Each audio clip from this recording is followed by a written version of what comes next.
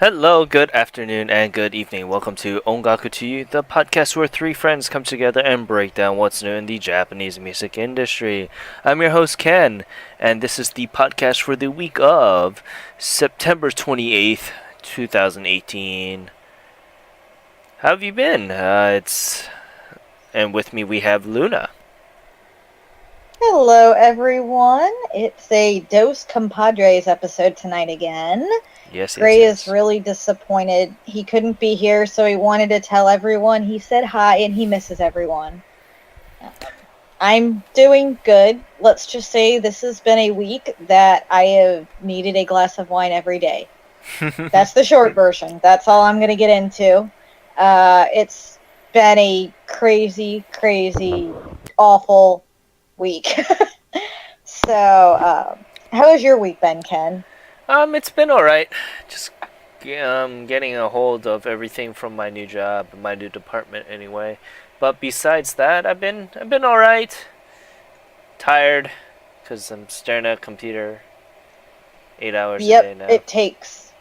I was gonna say it takes a while to get used to. I'm the same way. I stare at a computer for about 8 hours a day, and your eyes hurt after a while. And sometimes you see white screens everywhere, or blue screens, or whatever your computer's doing.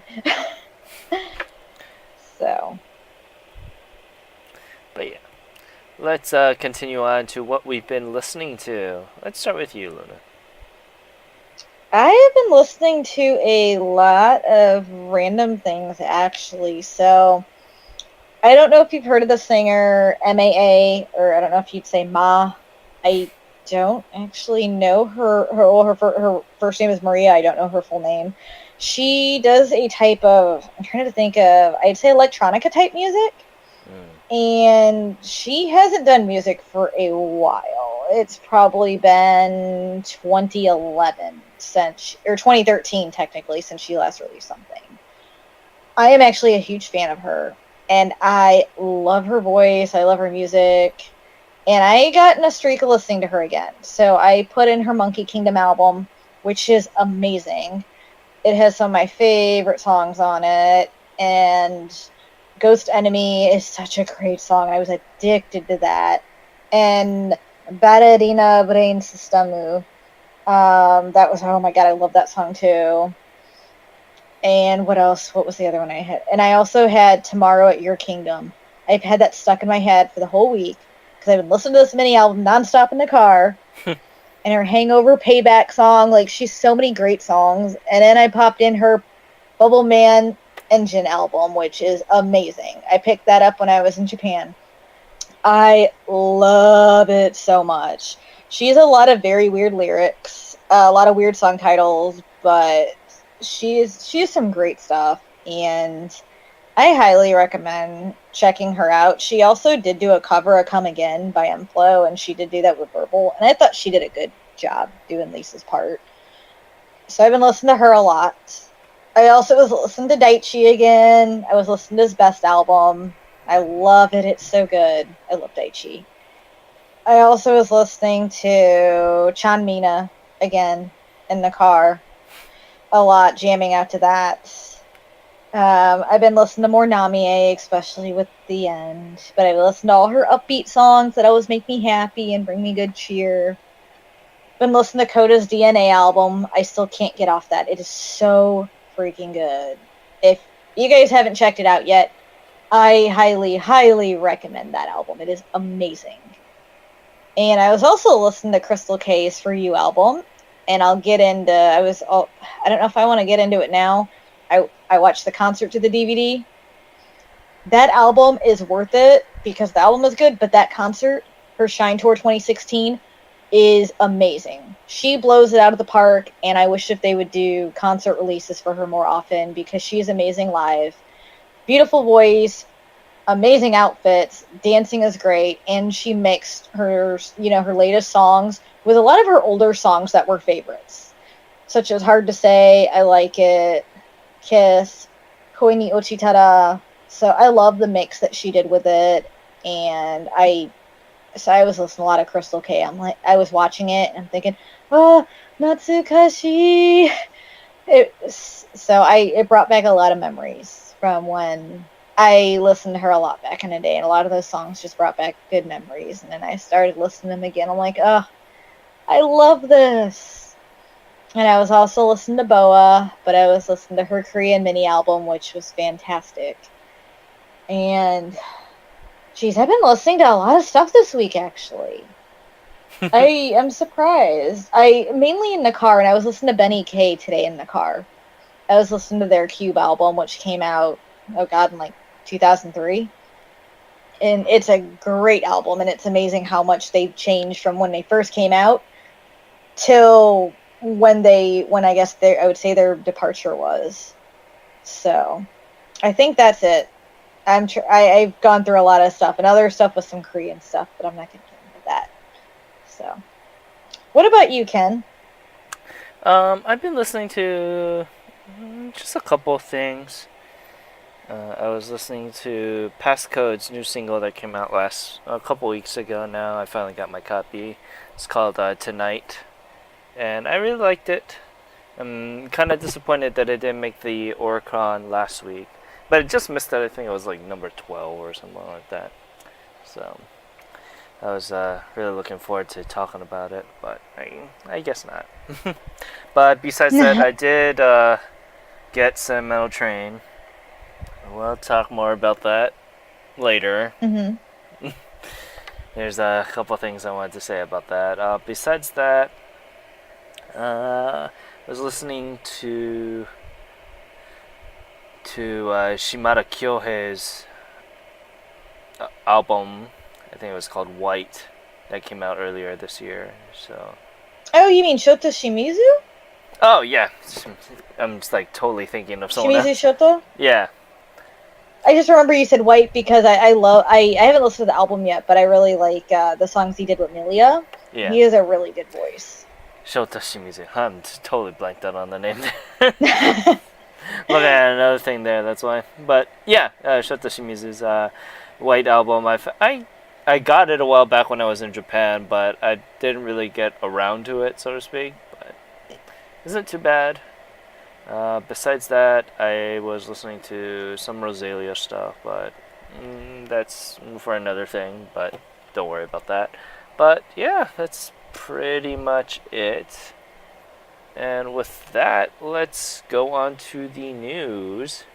And there's a couple things that we wanted to talk about about the news, and we're gonna try and make this a weekly thing, if not a couple weeks where we have a topic, but we'll talk about that when it comes to it. First and foremost, King and Prince drops their music video, or the title for their new song for their second single, and it's called Memorial. And it will include a couple more songs called High on Love and Lover's Delight. And previously mentioned, Memorial will release with 2 limited editions, with A edition coming with a DVD copy of the music videos and making of, while the B side, or the B edition, will have a DVD copy of certain variety shows that they participated in.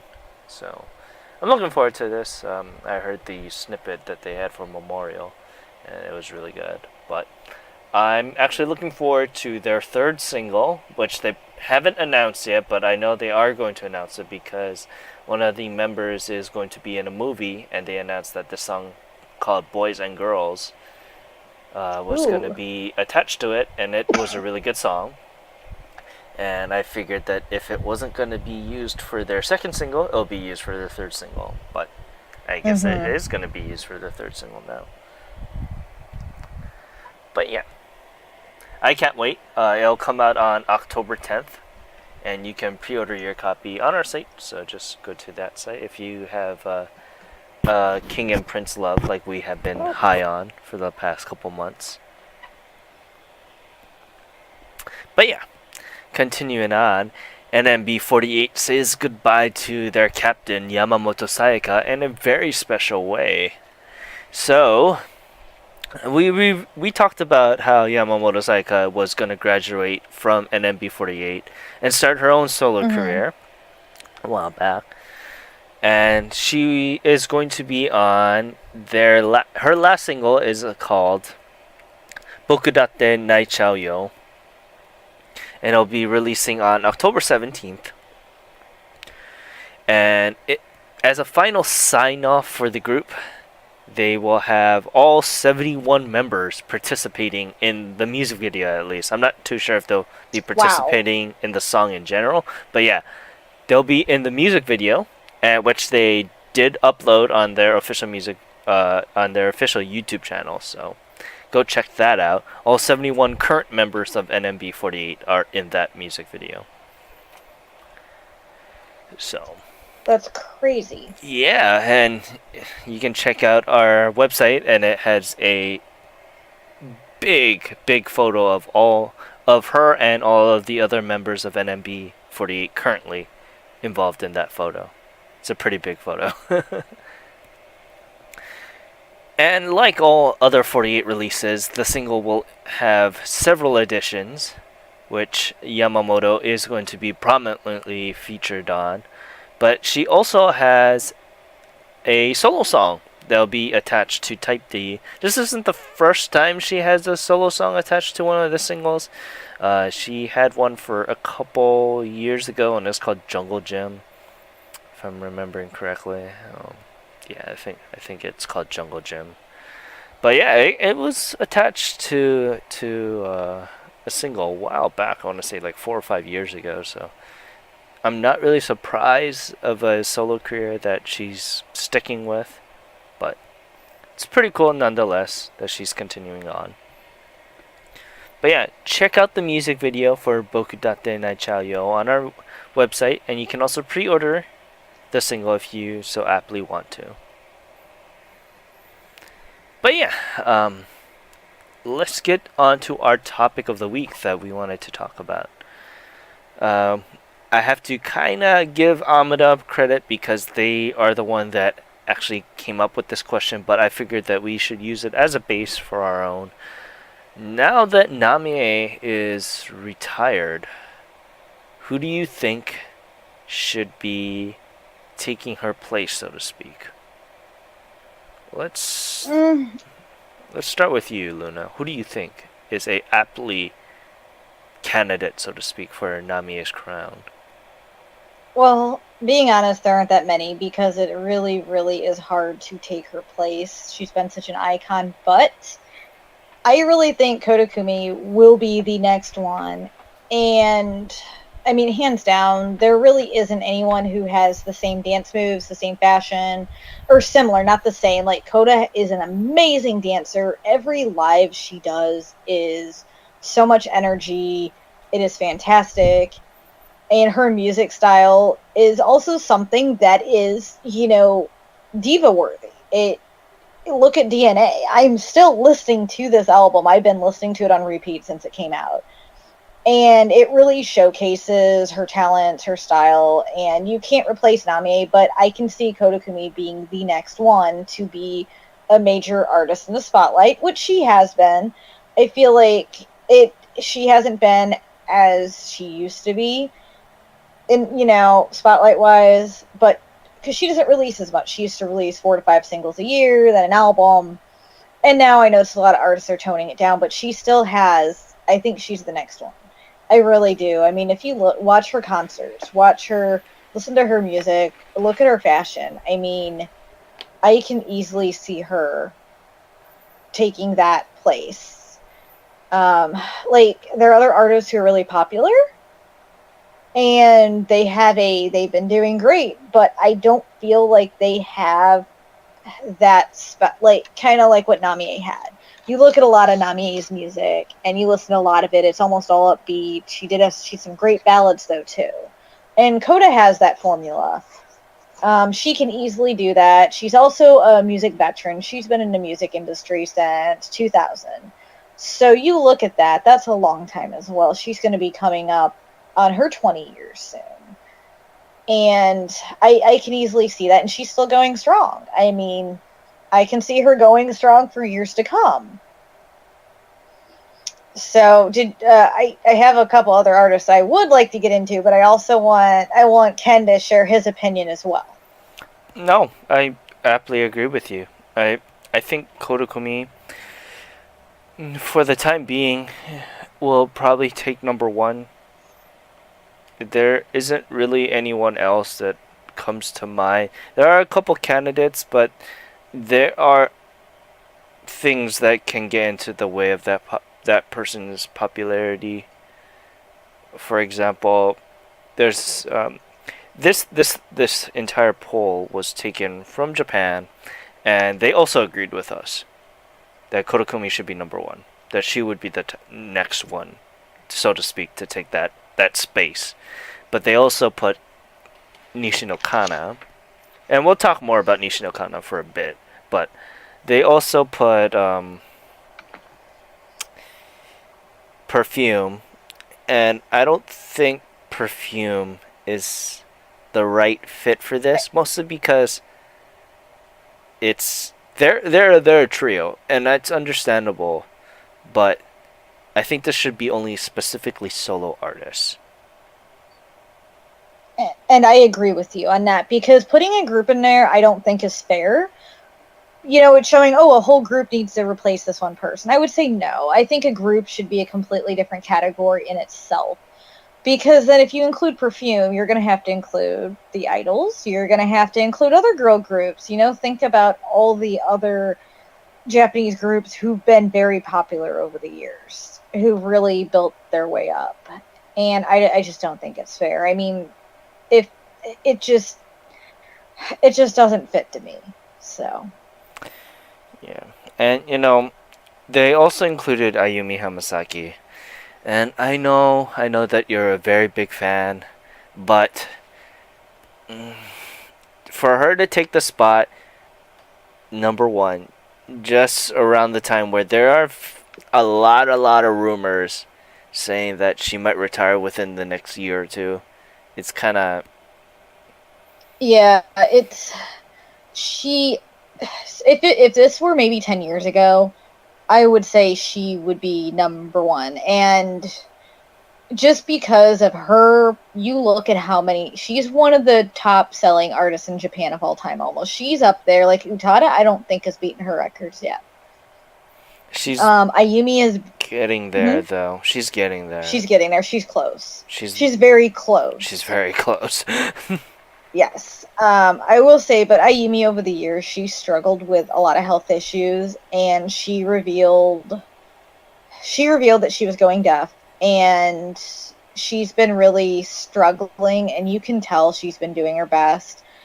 I mean, she hasn't released as much as she used to. She used to be, just like Koda and Namie, all of them back in the day would release, 4 to 5 singles. All their albums would pop them out. If you look at Ayumi's discography, it's the biggest out of every artist. I mean, out of Koda, Namie, Kana, like all of them, she has everyone beat. Remixes, covers, everything. Or not cover albums, but remixes, and she had best albums and that. But with her current state, I can't see her being number one, as much as I think she really does deserve it for all she's been through. She has worked really hard. She's been in a spotlight for a long time. She's been almost up there as long as Namie. If you consider her first mini album, and it was an indie one, it came out in 1995, then I would say she would be a year behind, but she didn't start with Avex until a couple years later. So her years are, up there. She's almost at 20. So for IU, if you don't consider, her 1995 release. But I just can't see in the next couple years. You can kind of see by following her on Twitter and Instagram that, the title of her tour this year was pretty much about persevering and doing her best because of, what's going on. And you can really see that, and she's doing her best for her fans. I really can see her retiring the next couple years. But she did release in a statement, and she's like, even if I go deaf, I'm still going to try to make music and do what I love to do. So I really would like to see what's next for her and how she'll how she'll do in the next couple of years. But I can definitely see Coda taking the reign just because of her popularity, her style, and she's still going strong. You don't see many issues coming up, so I can see her still going. She's even though IU's not that old and Coda's not that old in my opinion, and I can see them keep doing their best, but it's just hard with IU. I love her, but I do agree with her with what's going on with her. I can see her retiring, unfortunately. You know, and you can hear it in her songs. Yeah. What do you think of the prospect of Utada taking the title? I can't. So here's my reasoning. She goes on hiatus every so many years. And I mean, we don't know. You have to frequently release every so often. Coda releases an album pretty much almost every year. You see Kanayan do the same thing. You see IU who doesn't release them. She tries, but she's still releasing things almost every year. But then you look at Utada, and she'll go on hiatus, release something, it'll sell millions, and then she'll go on hiatus again for a couple years, then she'll come back. And I just feel like there's not frequency there. Now, if she was someone who released very frequently, then yes, it's a possibility, but not with how she does go on hiatus a lot, and she's not in the spotlight as much as a lot of the other artists. I feel like Utada's in the spotlight when she's active, but when she's on a hiatus, it's just like, what happened? Do you think if Utada stays around for more than a couple years, do you think that statement would be a little bit more open for the running then? I would say it depends on how much she releases. I feel like, yes, she is popular, really popular, but I also feel like a lot of it is the boost in what her songs are for. So I will say, if her last album had the new song for Kingdom Hearts on it, correct? Yeah. So that's like an automatic, you look at that, that's a big seller. A lot of her songs have been used in dramas, and I feel like that's also a big pusher. And yes, she's a very, very talented artist, but her musical style is also vastly different from Namie's. So hers is more, I would say, not ballady, but more mellow, while Namie she was way more dancey and way more upbeat. And Coda's like that too. So that's my other thing with Utada. Yes, there's a possibility she could take it, but also the style, I feel like sometimes I don't think Utada can pull that style off as well. And same with like fashion wise too. I feel like another reason Namie had her popularity is her fashion was impeccable. She made a statement. Yes, Utada's music makes a statement, but it's a really hard call on how they rate it and rate, how they're really looking at it. Is it just the music? Is it fashion? I feel like Namie was very iconic, and that's really what made her popular, made her what she is. When I think of her, I not only think of music, I think of her fashion, I think of her dance skills, I think of her concerts, and I would say Utada is more like epic, but not iconic. I don't know if that makes sense. Like, Utada has an amazing voice, and her songs leave an impact on you emotionally. But she also, I can't always listen to her music because I want things upbeat. So I don't know. I feel like that's another thing for me. But that could just be my opinion. Let's think of it this way. For me, if I were to go into the running of who's going to be just the number one female artist, I think you have to continuously release work within 5 years. Yep. So, and B, be a certain trendsetter of the genre.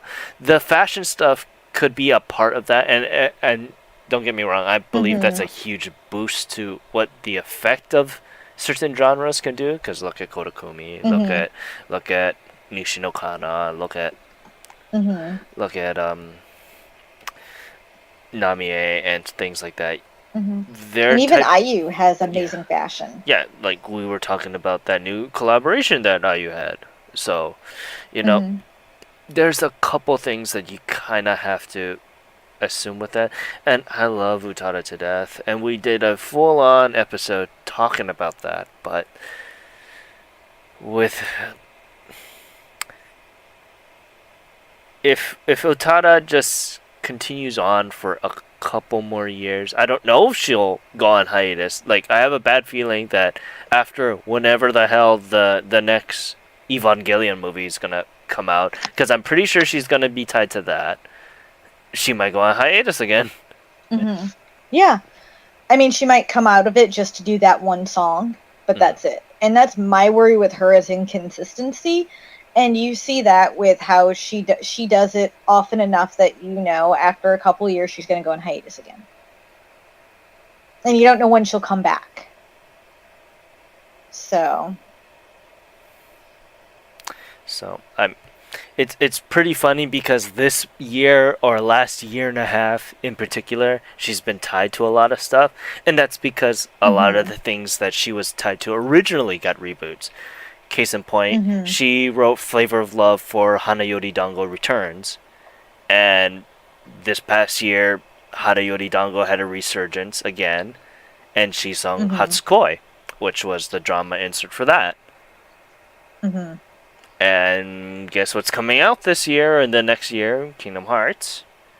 And Mm-hmm. what might release within the next year or two, supposedly, Supposedly Evangelion. Evangelion So episode. yeah, I can easily see this. And it's not to knock what she does because I know she has a kid now. She wants to be with that kid as much as she can. If Mm-hmm. if if the kid's international with the dad, then so be it. But there's a couple of things that are kind of wrong with this list, and let's just take apart this list. First is number one is Kodakumi. I can assume Mm-hmm. that. Two is Nishi no Kana. Three is Perfume. Four is Ayumi Hamasaki. Five is E-Girls. That's very, very interesting. Mm-hmm. Six is Misako Uno from AAA. I don't think she's done that many solo work, so I can't really judge her on that. I've only known her through AAA, that's why. Number seven is Yeah, Uta. that. Yep. Yeah, yeah. Number seven is Utada and Airi Suzuki, which is very interesting because she only started her solo career this past year. So for her to get on this list already, it's kind of surprising. And eight was Mm-hmm. a tie between AKB twice and Sayaka Yamamoto, which we just talked about, which is interesting because if Sayaka Yamamoto can go out and be considered a pillar already, that's kind of strange, but that could be just because of idol fans there. So, what do you think of this list, Luna? Well, one, I don't think groups should be included. So So AKB I kind of think that's, twice yeah, and I E don't think girls are out. AKB, I don't think twice should be included. Um, and I would say, like, Kana Nishino, so I can easily see why she's number two. Mm-hmm. She has so much popularity, and I love her voice, and I was a huge fan of her, and I still am. Not as much as I used to be, but I buy every single album and Blu-ray release that's came out, and I still listen to them. But my thing with Kana is her music style. I can see why it is popular. I just think if she went back to her older style from, I would say, her To Love, Thank You Love, those days, I could see her being, definitely number two for that. I could see her even taking that number one spot eventually. But with her current music style, I just don't feel like that has it. It feels very generic poppy, and it's not something that really sticks with you. And I feel like in order to be number one, it's something that really, really sticks with you. And I don't feel that way about that music as I did. I will say she's still as adorable as ever, and she has a great sense of like fashion, and I can see how her lyrics are really good to her songs, but it's just that very generic poppy style she went with. I don't feel like it sticks out enough to make her number one. If she changes that, and if she even mixed that style with how her music was, which I felt like had more of an R&B feel to it, like her Distance, when she did songs like that, I could easily see her climbing up to number one. I mean, that is an amazing song. And I mean, Summer Girl with Min Me, oh my god. You know, those types of things, I could see her easily taking number one. With that first tour she did, brilliant. But with how she is now, I mean, I feel like a lot of her original fans still buy her stuff, but lost some interest in some of her music, maybe. That's how I feel. I'm not as excited, you know? I wonder, is it going to be another generic pop song? Or is it actually going to be older Kanayan, which I miss? So, that's my thing with Kanayan is, I, it's just going to depend on what she takes in her musical style. And if she's going to go a different way, or she's going to keep her very generic pop sound. So, I don't know. What's your opinion on that? On the list in general, I think it's complete garbage. I would get rid of. But I mean, Go ahead. what do you think about Kanayan Noah's number two? Like, do you see that at all, or? If we're doing straight sales and what it means for the music industry, specifically the music industry, I can see Nishino Kana being number two, staying there for quite a while. But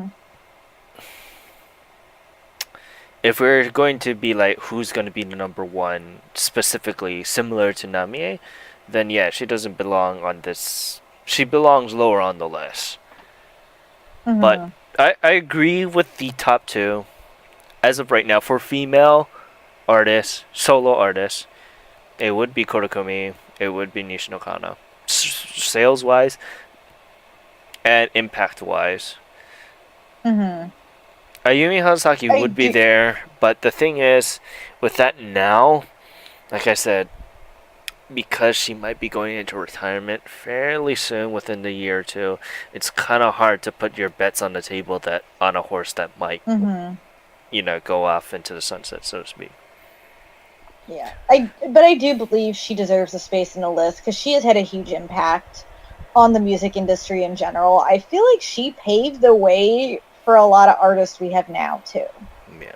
So that was the other thing about her. But as future-wise, I do agree because we don't know how much longer she's actually going to be in the industry. So that's why it's really hard in that aspect. Because she's going on 20 this year for IU, right? Yeah, she is. Actually, I would consider longer, but this is by the AVIX date when she made her, like big major record label debut. Yeah. Yes, because her indie album was like limited to 500 copies, and if you have a copy, you're lucky. I've been searching for one. But yes, I can really see her might announcing something, but at the same time, she loves her fans, and for her, it's going to be really hard to retire from how I see it. And so while we're getting to this, it's quite a while off now, but I'm pretty sure she'll still be here when the time comes. Kotokumi's 20th anniversary will be around 2020. What do you think they'll be doing for that? I don't know, and I'm very, very curious to see. Well, So, also around that time, it's gonna be Olympics stuff. So ooh, just and depend. 2020, I could. So the thing is one, her English needs to improve. Yeah. I could see her going to. I could see them having her at the 2020 Olympics and being a show opener because she would be a great show opener, Mm. and she has some great songs. So I can Let's see that, let's especially being the 20th anniversary. let's bench that topic because I think we could go on for that topic of who should be a Olympic Yeah, yeah, opener. yeah. Let's That's bench that true. idea for another week. Preferably, I would want to have this discussion with Gray because I think his insight on certain artists, because he's been listening to a lot of newer artists, and I wonder if those newer Mm-hmm. artists, like LOL and Little Glee Monsters and stuff like that, and I think it's Kudi, which he's been really liking. I'm not too sure how you pronounce that. Let me pull Oh, I that. know who you're talking about. I don't know how to pronounce it either. I would butcher it, unfortunately. I am bad with names. Yeah, Sometimes I'm good with Japanese names, not Quill, with like Quill. really weird spelling. Yeah, I think I it's would, yeah, Quill. I Quill. think it's Quill. Quill Yeah. because it's with a Q. So he's been getting on a huge kick of the newer idol groups. So I wonder what his idea of what should be in part of that. I'll, Mm-hmm. so let's bench that Olympic stuff for another date. But I feel I like mean, what this. other artists would you put on that list who aren't on there? What other artists would you include? I mean, there's a good amount of female artists, but at the same time, it's hard to find ones that have that same impact.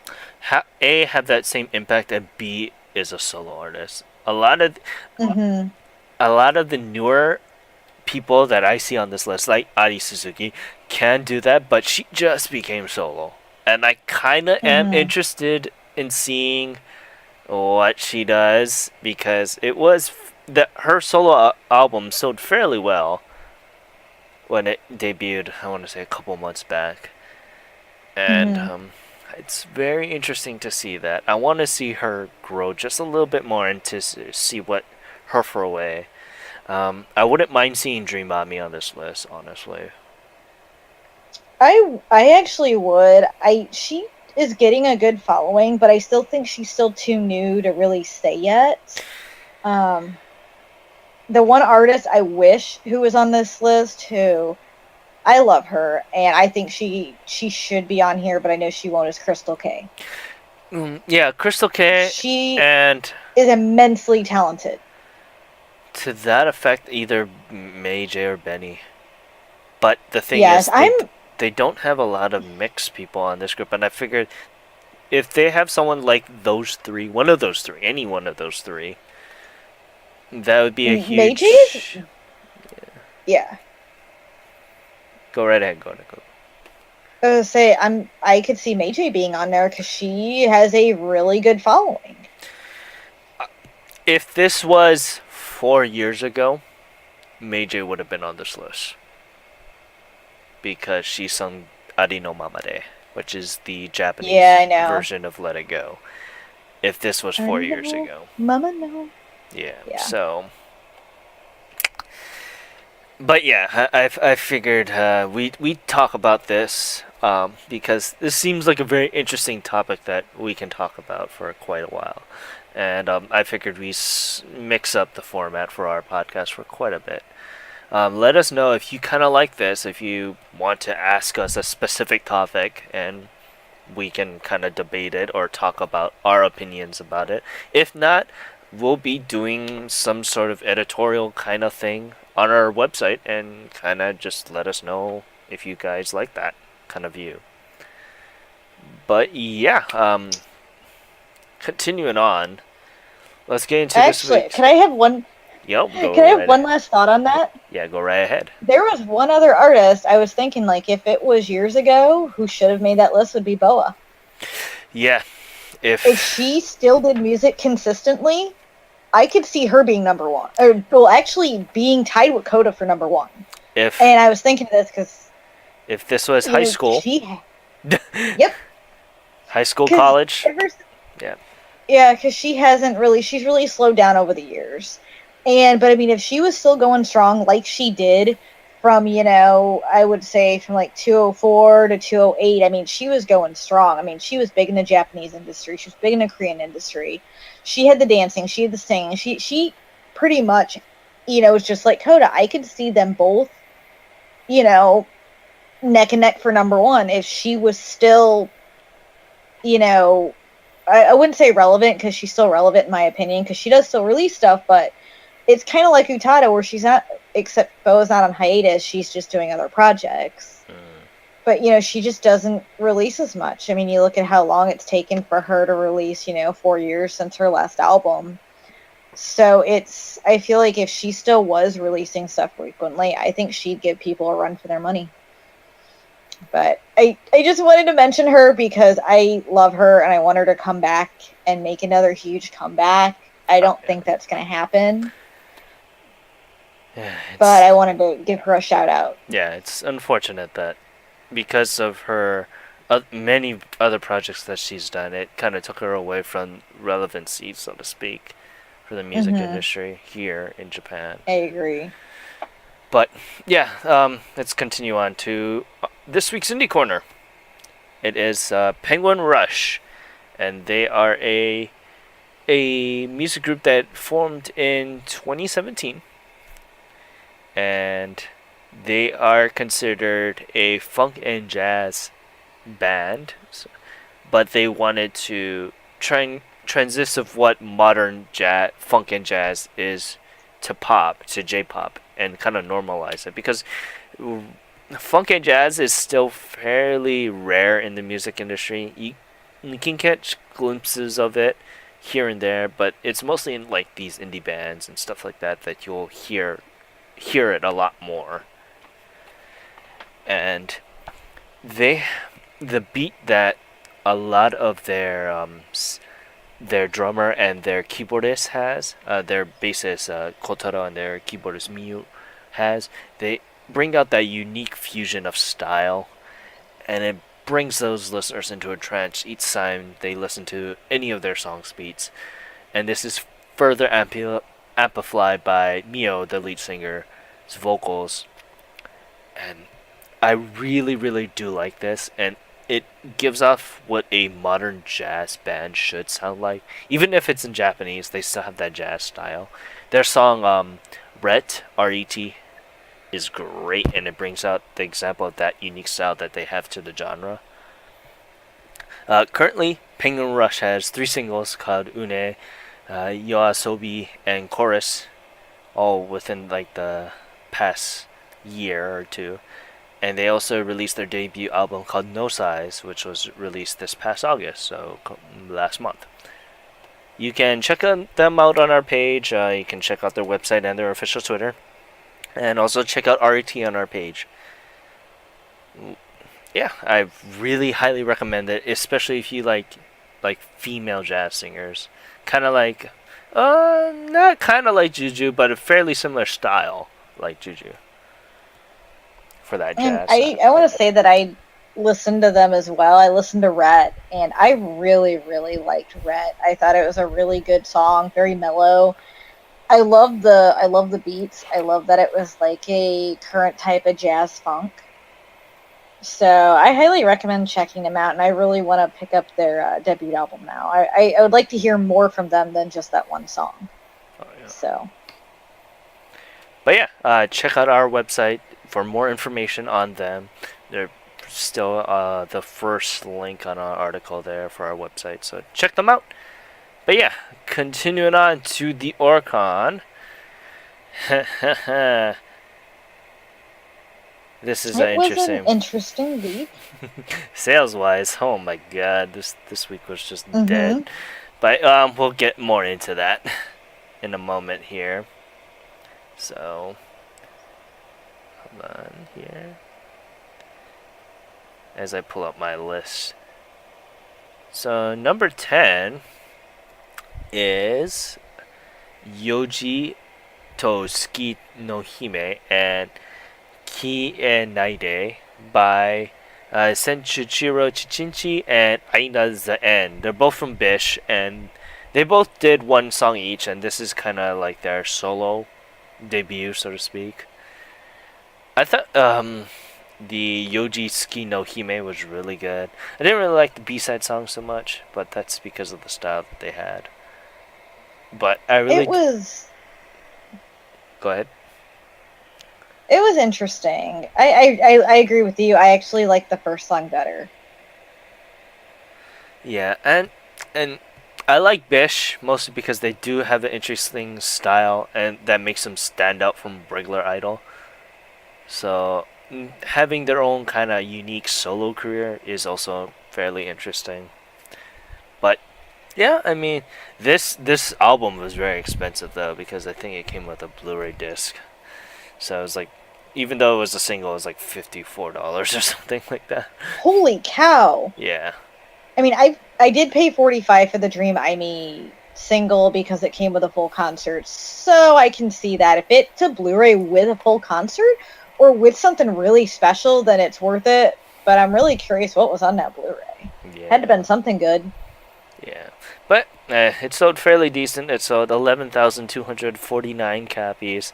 This is fairly decent because once we get to number one, yeah, it just skyrockets.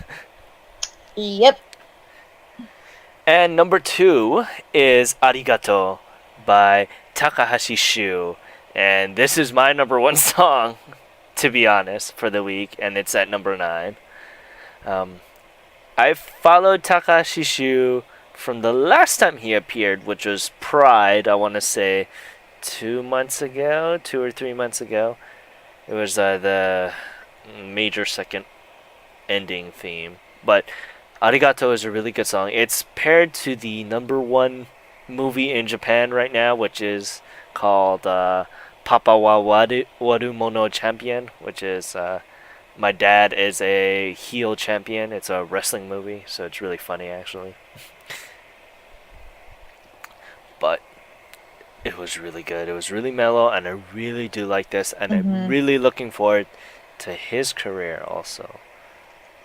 I second that. This was probably my favorite song after looking at it.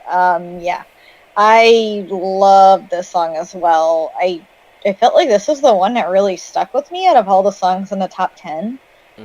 It was unique, and I didn't know what to expect. I saw the cover, and I'm just like, okay, that'd be interesting. So when I heard this song, I'm like, this is really good. This is really, really good. Yeah. So it's really mellow. I felt like it was a yeah, and yes. I loved it.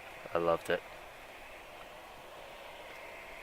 But we'll get to more of the sales in number one when we get to it. But it sold a fairly decent 11,788 copies. And going on up to number 8, it is Destiny by X21. And oh boy, I didn't know how to feel about this one. I felt like I already heard the song before. Yeah, it's a good song. Don't get me wrong, but it's like Luna said, it felt like a song that I've heard before. Yeah, it felt generic. So I really liked the song, but it felt like a generic song that I have heard before. Like, I don't know if it was the beat or the voices. I think it was really the beat. It felt like a song I've heard a couple years back, and I really want to try to figure out where I've heard this, unless it's a cover, but I don't think it is. So it just was too generic, but I did like the song. Yeah, maybe because I have heard it. Yeah, I liked the beat, and something was like, man, I've in the back of my mind, I'm thinking, I've listened to this song before. I don't know what made it, but I've listened to it somewhere. But I felt the exact same. Yeah. And this week it sold a lovely 12,367 copies. Oh god. And going on up to number 7. It is Idolmaster Cinderella Girls Starlight Master 21 Kawaii Make My Day. It's not much we can say. It's typical Idolmaster. I mean, if you like Idolmaster, if you liked any of the other Idolmaster songs, I'm pretty sure you'd like this one. Mhm. Yeah, I mean, I can't. I gave it its fair shake because I have to now because I've been on the whole Bang Dream thing. But yeah, it sold a lovely 13,031 copies. Let's just continue on here. And to another lackluster song here. Number 6, Totema Ureshi Dake, Koukyaku Manzoku do Ichitai by Yabai Tishatsuya-san. So I didn't like this. I'm just gonna outright say it. I am not a fan. I know I've said this before. I think it's just not my style of group. So it's more of it's just me. I'm not a fan of it. It's it's all right, but the thing is, like I said, this is kind of like Johnny's to the point that if you like them, you like them. If you don't like them, there's nothing that's gonna change your mind, really.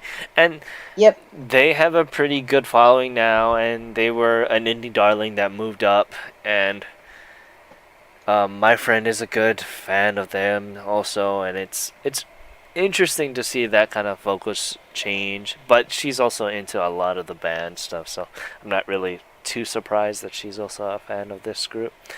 But yeah, it's pretty funny.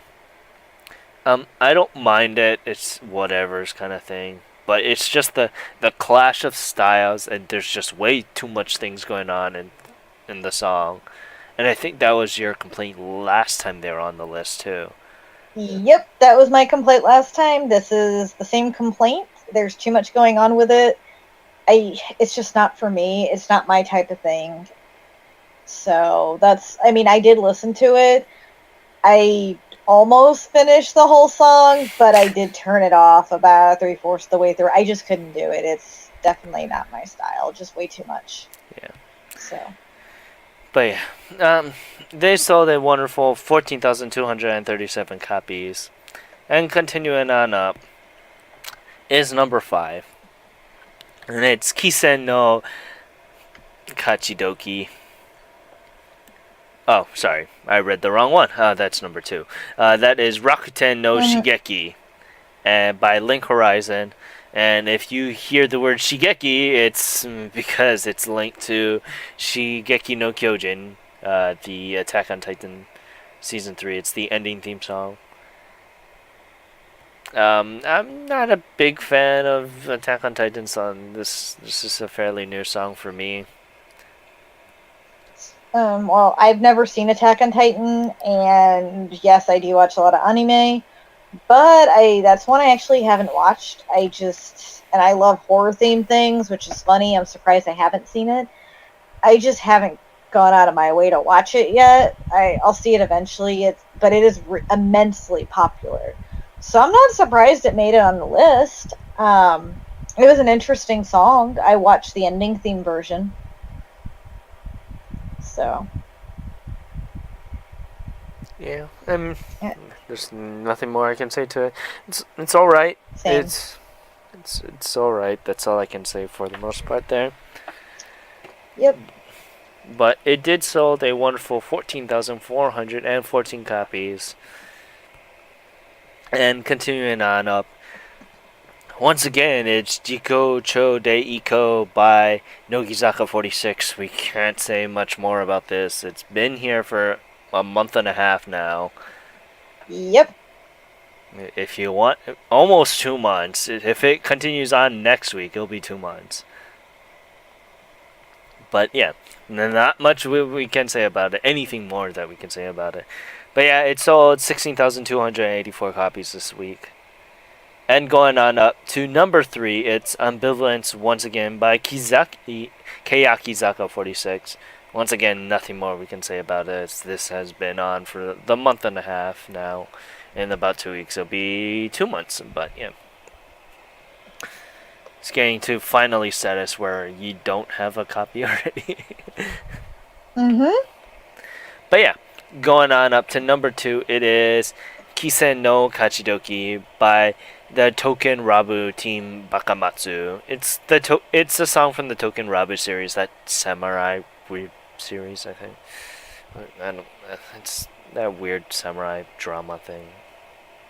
I heard it's really good. I've heard a lot of people talking about that, but I've also heard hit and miss things about it.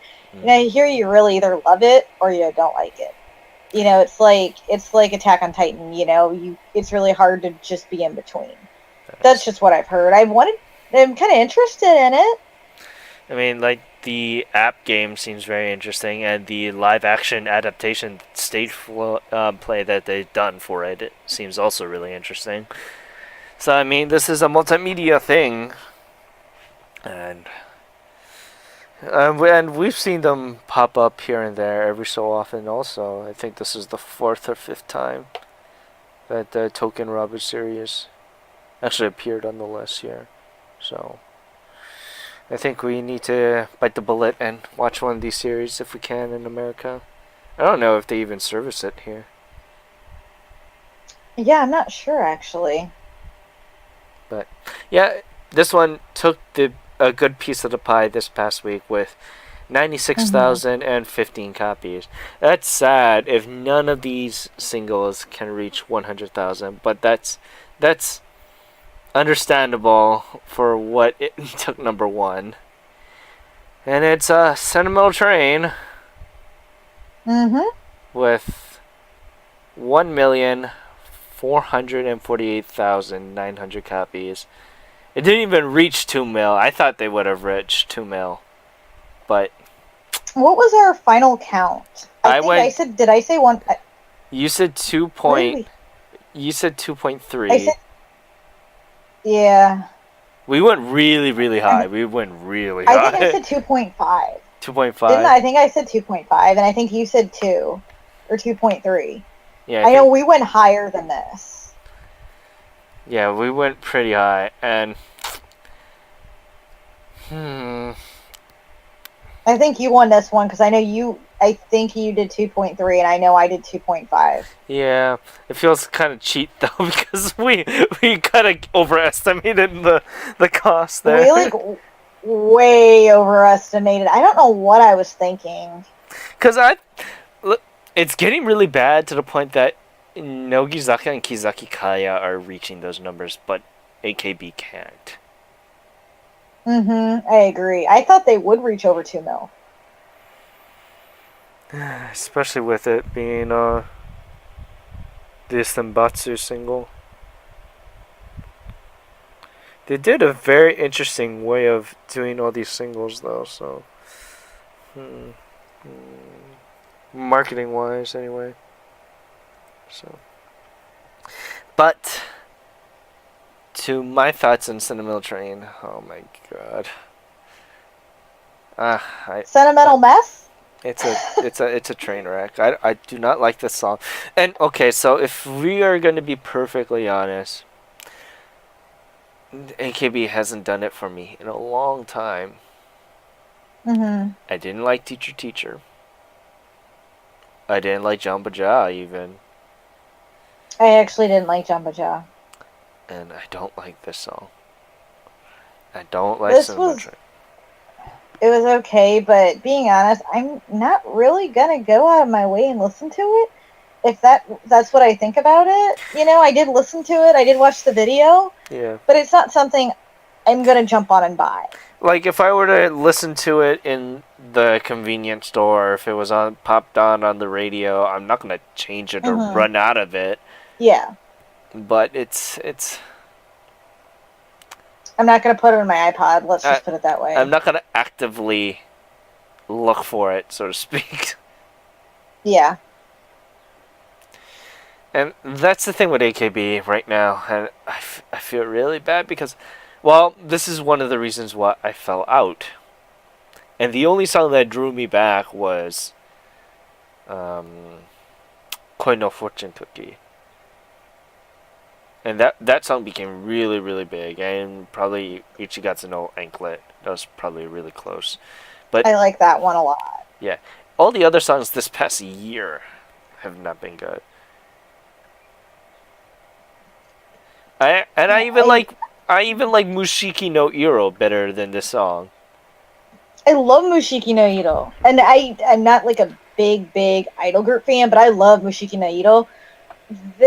Like I do agree with you with the AKB ones. Like Teacher, I like the video, and the chorus is catchy, but it's nothing I'm gonna be like I have to have that. I did not like Jamba Ja. I had to listen to it a few times and watch the video on YouTube just because I tried to like it and I just couldn't. I don't know. And this one I didn't really care for either. It was okay. It just sounded very generic and just something that's very forgetful to me. So. Yeah, I mean, I can't. I don't know. This is another topic for another, I guess, debate that we can have on the idol situation problems too. But it's hard, and it's hard because we're not there, and I can't get into depth into the idol situation unless I'm there. We can only see from afar, and it's interesting to see how idol has changed and that style of music changed, but now that it's pretty much set to one set and it will sell 100,000 or close to a million copies. It's just I don't know what I. It's not good. This current set is not good. But that's just my opinion for now. But like I said, we can get on that later. But yeah, I mean, not to end this on a downer note, but everything did fairly well. Let's check the albums, actually. I want to kind of pierce through that. Oh, I actually did check a little bit earlier. You should definitely check. It is very interesting. Okay, let's see here. Oh, what the... Bamboozle is number 10. I don't know what that is. Pillows, that's probably because of the Fulikuli anime. FLCL? Yeah. I was going to say Foodie Cootie came back. Yeah, and instead of just a anime, it became a movie event in Japan, so that's probably the reason why there. Prim, yeah, I can see that. Prim is kind of getting unpopular. Kururi, I was interested in picking that album up. I was debating on it because I've liked what I heard so far. So. I'm surprised that Kururi got on here. Not that I don't like Kururi. Kururi is an amazing band, but I'm very surprised on their stay here. 5 of all things.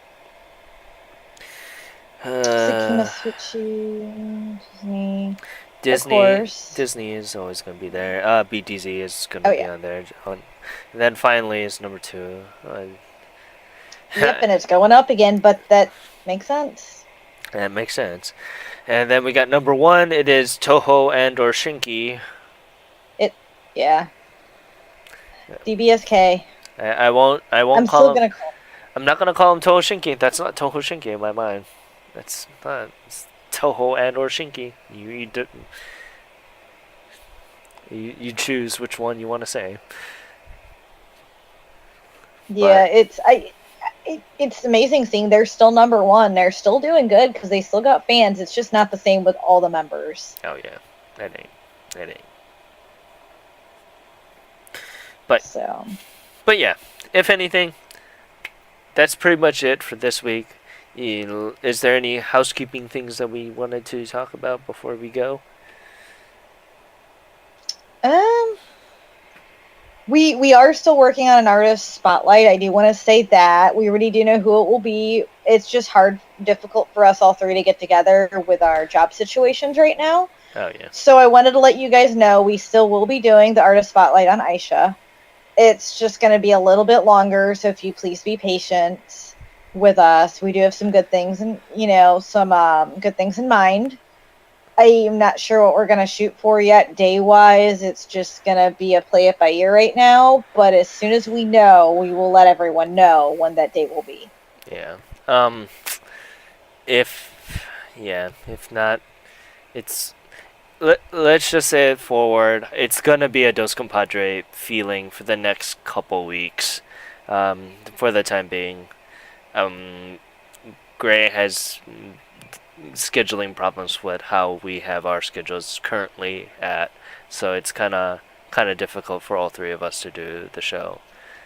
So, but yeah, I mean, if not, then hopefully you like our new format because it gives us a little room for debate. But yeah, if not, you guys can check us out on Twitter and Instagram, ongaku to you, all one word. You can check out our website, ongakutoyou.com, where I've been slowly bringing out news every so often. trying every so often, trying. You can also check out our Twitch channel, Ongaku to You, or twitch.tv/Ongaku to You. I'm in the middle of Yakuza Kiwami 2, so watch me have fun with that. You can also check out our affiliates, Koryu Hunter. He is a Japanese Twitch streamer and our human mailbox. You can catch him out at twitch.tv/Koryu Hunter, KYORYUHUNTER, and check out our other affiliate, Timbertaff. He is another Twitch streamer who's almost very, very famous for his Undertale and Zelda theories. He's also a music artist in his own right. You should check him out on his English version of The Devil's Cry, I think it's called, an anime adaptation. You should check it out. He has a Devil May Cry? Not Devil May Cry, it's like Devil's Cry. I think it was an anime back a couple weeks ago. You should check it out on his YouTube channel, and you can check it out on his Twitch stream at twitch.tv/Timbertaft, TIMBERTAFT. And also, if you want to hear me talk about games, you can check out Podosaurus, which is hosted by both of our affiliates, Koryu Hunter and Timbertaft, and me. So if you want me to rant about games for about an hour or so, you can listen to me on that also. But yeah, I want to thank you guys very, very much to listening to this week's episode of Ongaku to You. You can also reach us at ongakutoyou@gmail.com if you have any questions about us. Give us some topics to talk about. Hey, we don't mind, because we'll talk about anything at this point. Mm-hmm.